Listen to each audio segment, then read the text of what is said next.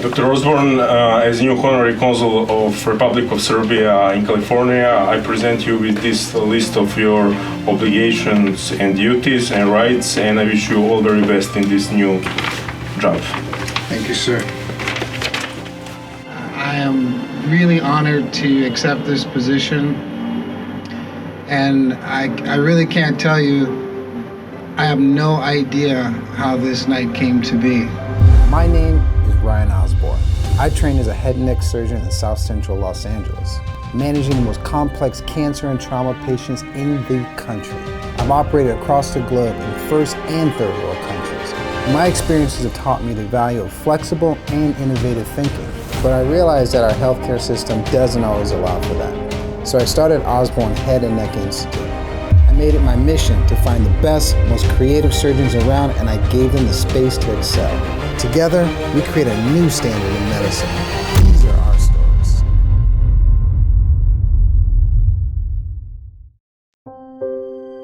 It's been almost exactly 12 months since our initial invitation to Serbia. If you recall, at the end of that visit, I said we would come back and we would find a way to be a part of the Serbian medical community. So 3 months after that initial visit, we did return. Yes, as promised, we returned, but this time, instead of cases being set up for us, we set up cases for ourselves.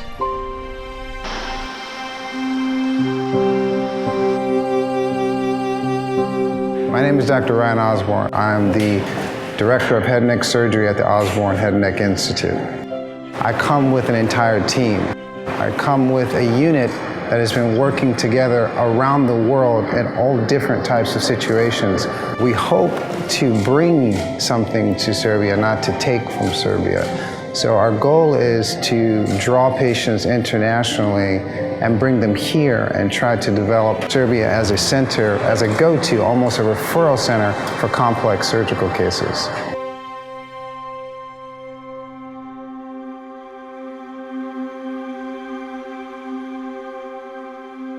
Anytime you work with children, there's always an increased level of stress. Because with kids, you don't have that much time. With a child, it's like flat, boom.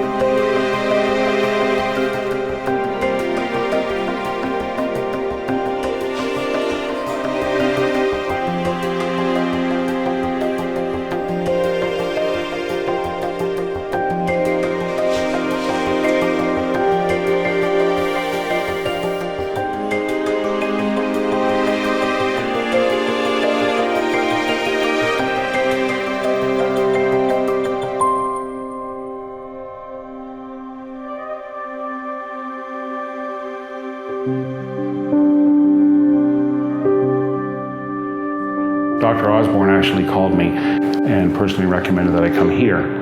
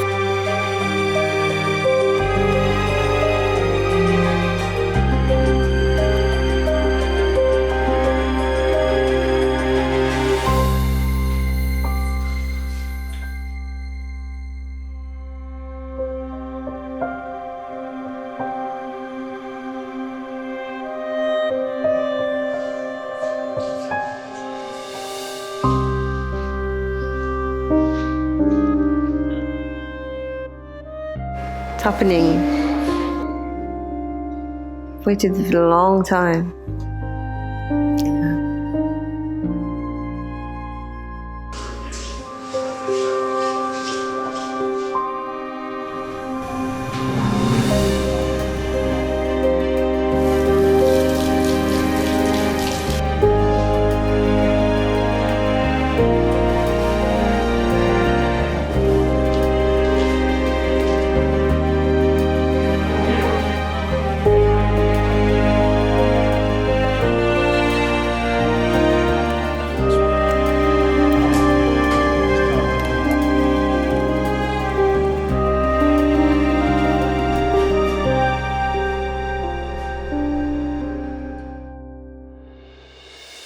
all of the cases were successful, which was our goal, but we also came to realize that Belgrade had all the elements necessary to host patients from around the world. In fact, we felt it could serve as an Eastern European location for high-level ENT services. For me to come such a long way from Argentina and be here and now be able to do the same but in Belgrade is just like, personally, it's like really exciting. I love that we are doing things that are not normal. We are building a bridge between us and Serbia to provide global health care, which is something that's never been done before. And with that idea, we set out to make that a reality. And if accomplished, this could have an impact on healthcare around the world as big as the discovery of antibiotics. It's kind of exciting because your adrenaline's like pumped up. You don't know what to expect. This is just what we do. We're taking it to the next level. We knew this was not going to be easy. It was going to require finding a way for the government and the private sector to work together. It would have to be a win-win situation for both sides. So over the next 9 months, we brought equipment and personnel necessary to set up an OHNI clinic and to be able to set up an operating environment to provide the highest level of care. We have opened up a branch that is so convenient for patients to come from anywhere in the world and get the services that they would get in the US, but get them closer to home. All the care that's included before the time of the operation up until basically their last post-op visit when they don't come to see us. We want to keep that as close to what we do here in the States. And they still get the same great surgeons and team that they would have gotten here in LA. As long as what we do, why we do what we do, and we're still offering and having the same care for patients and the concern for them and their well-being, that will enable us to reach that goal and overcome whatever challenges may come. And then there were the meetings. Not one, not two, but lots of meetings. Meetings with the private sector, meetings with the government sector, meetings with both the private and the government sector. And oh, let's not forget meetings amongst ourselves. Throughout these meetings, we stayed focused on our goal, to become an asset to this medical community.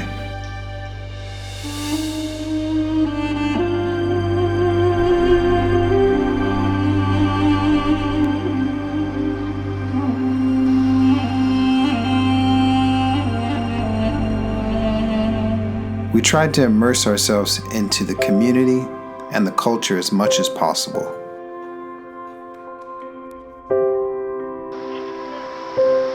Are you Dr. Osborne?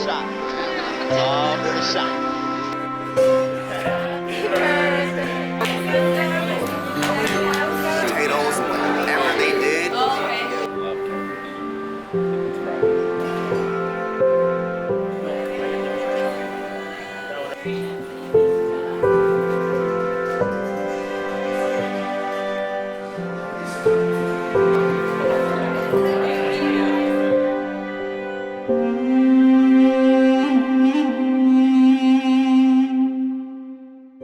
Things were different this time.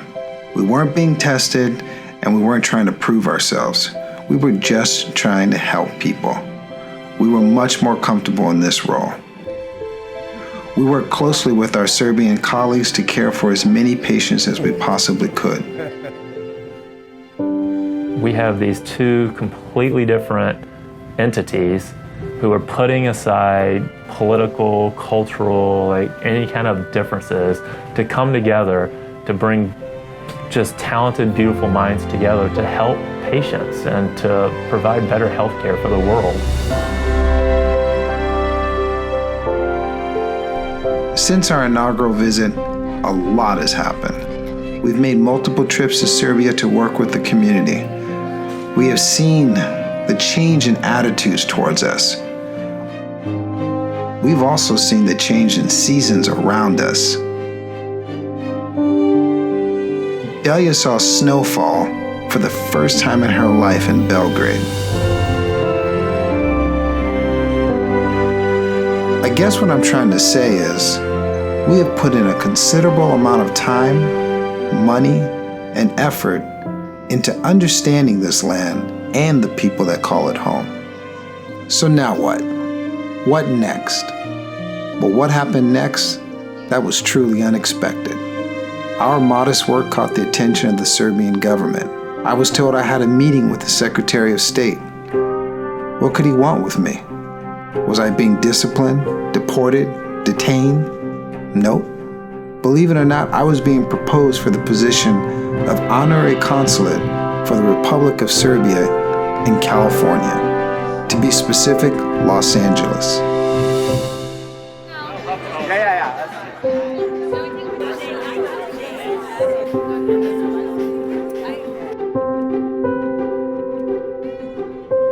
Dr. Osborne, as new honorary consul of Republic of Serbia in California, I present you with this list of your obligations and duties and rights, and I wish you all very best in this new job. Thank you, sir.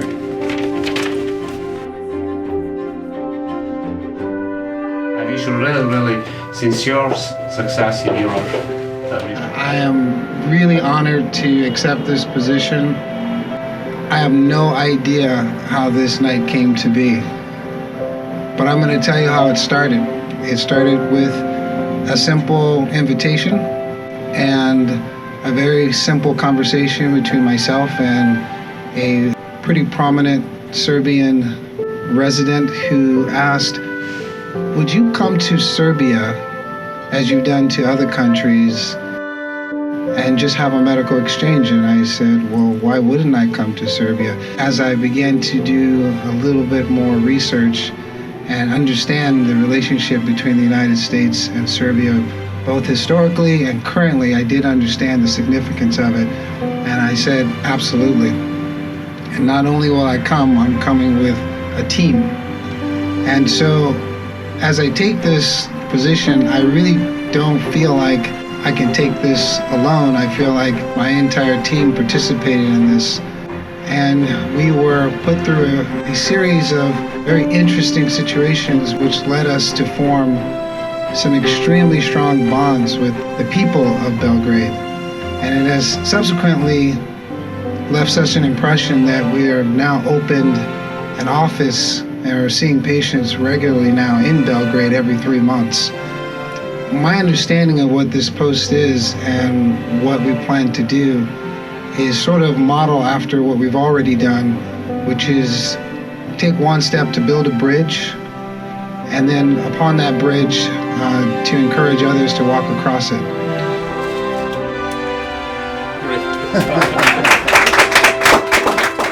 I was a little confused and thrown off, like, how did we even get here? For an African American to be made honorary consulate to a European country, where when we went to that country, there's not a lot of African Americans there at all. So that speaks volumes of how amazing this accomplishment is. Like, who can do that? Like, when does this happen? You can do anything that you set your mind to. It doesn't have to be where you're born. It doesn't have to be where you are comfortable. It doesn't have to be any of that. If you're great at something, you're great at it. They saw someone who was just a passionate person. I think one of the goals that every country has and everyone has for themselves individually, that they can always be a bigger person, and then they could look past their own nationalism or ethnicity or their own racial pride, and that they can say, you know, we're trying to build a bridge, and that person has bricks and we have mortar, and let's work together to bridge this gap and this divide. And I think that that's who Dr. Osborne represents. He's a bridge builder. I never thought I would be part of something like this when I was going to school, not even close. To take a step back and say, wow, I'm actually a part of this team that is trying to get this accomplished is, I mean, it's so humbling and just, I don't know, it's really hard to put into words. I mean, it gives me goosebumps thinking about it, honestly.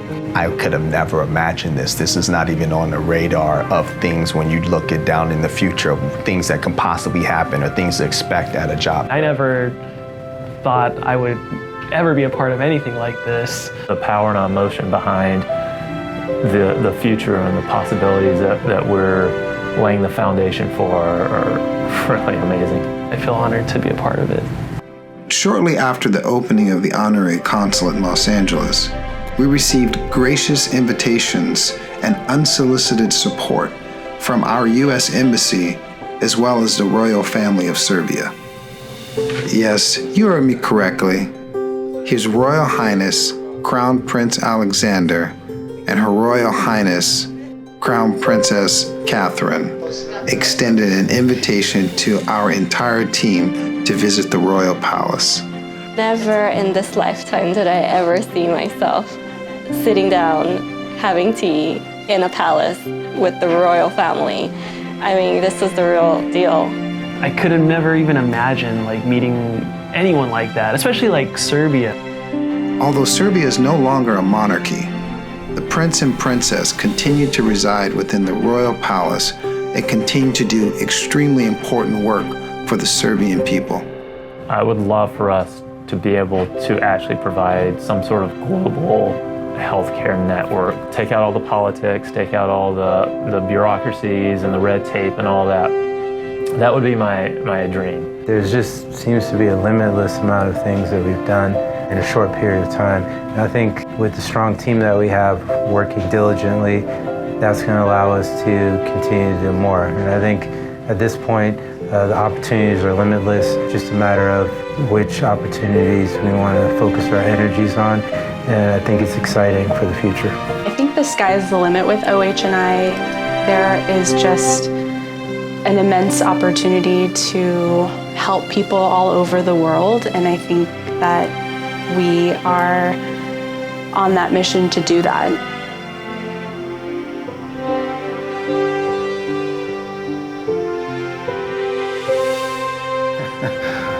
So I bet you didn't see that coming, did you?